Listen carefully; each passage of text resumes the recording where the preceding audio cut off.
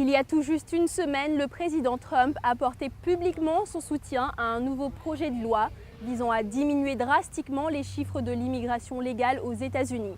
La proposition avancée par les sénateurs Cotton et Perdue prévoit de réduire de 41% le nombre de personnes s'installant légalement aux États-Unis dans la première année d'adoption de la loi et de 50% dans la première décennie.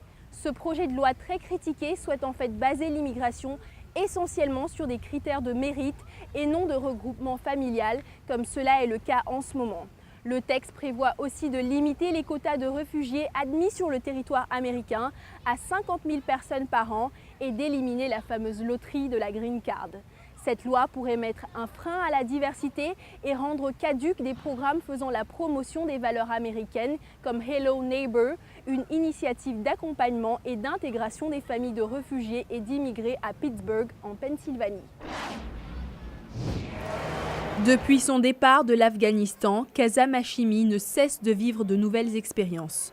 Son premier repas américain, son premier emploi aux États-Unis et à présent son premier match de baseball dans les gradins du PNC Park, le stade officiel de l'équipe de Pittsburgh, les Pirates.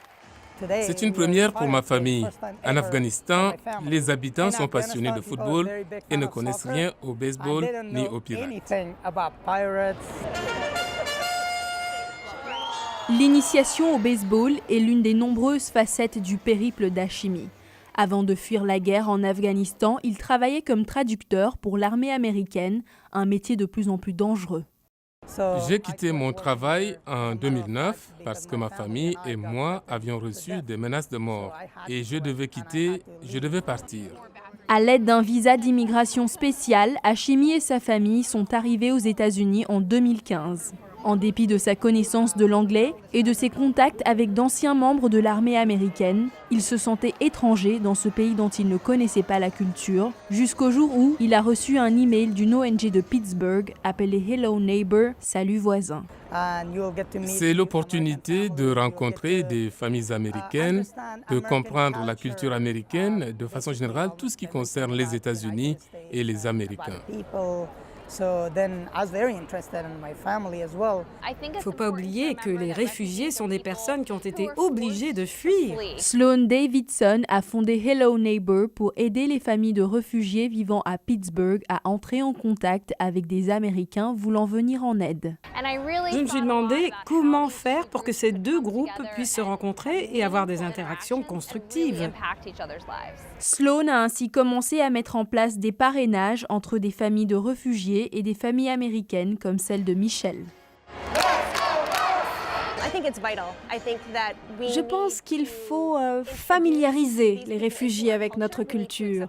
Nous devons les accueillir à bras ouverts. En nouant des liens autour des passe-temps préférés des Américains, Michelle Bohem explique que sa famille s'est si bien intégrée à celle des Hashimi qu'aujourd'hui ils sont bien plus que des mentors, ils sont devenus des amis. Leurs enfants ont 6, 5 et 3 ans et les nôtres ont 6 et 2 ans. C'est parfait car nos enfants adorent passer du temps ensemble. À Pittsburgh, nous nous targuons d'être la ville de tous les ponts et de les avoir construits. Cette façon de concevoir devrait s'étendre aux nouvelles vagues de réfugiés, mais ce n'est pas toujours le cas. Grâce à Hello Neighbor, Pittsburgh a su bâtir un pont vers le cœur des Hashimi. La ville aux multiples ponts, j'adore. Et très bientôt, des ponts pourraient être édifiés au-delà de la ville d'acier. Sloan révèle que sa boîte mail est pleine de demandes de villes souhaitant répliquer le programme de Hello Neighbor dans leur localité. Au-delà des initiatives au niveau des localités, certaines grandes villes américaines s'opposent à la politique migratoire de la Maison-Blanche en refusant de livrer les sans-papiers à la police de l'immigration. Au début de la semaine, la mairie de Chicago a porté plainte contre l'administration Trump devant un tribunal fédéral. Chicago est une ville sanctuaire, c'est-à-dire une municipalité qui s'engage à protéger ses habitants en situation irrégulière. Or, le président américain a signé un décret dont l'objectif est de supprimer les financements fédéraux des villes sanctuaires. Un bras de fer à suivre. Dili Diko, VOA Afrique, Washington.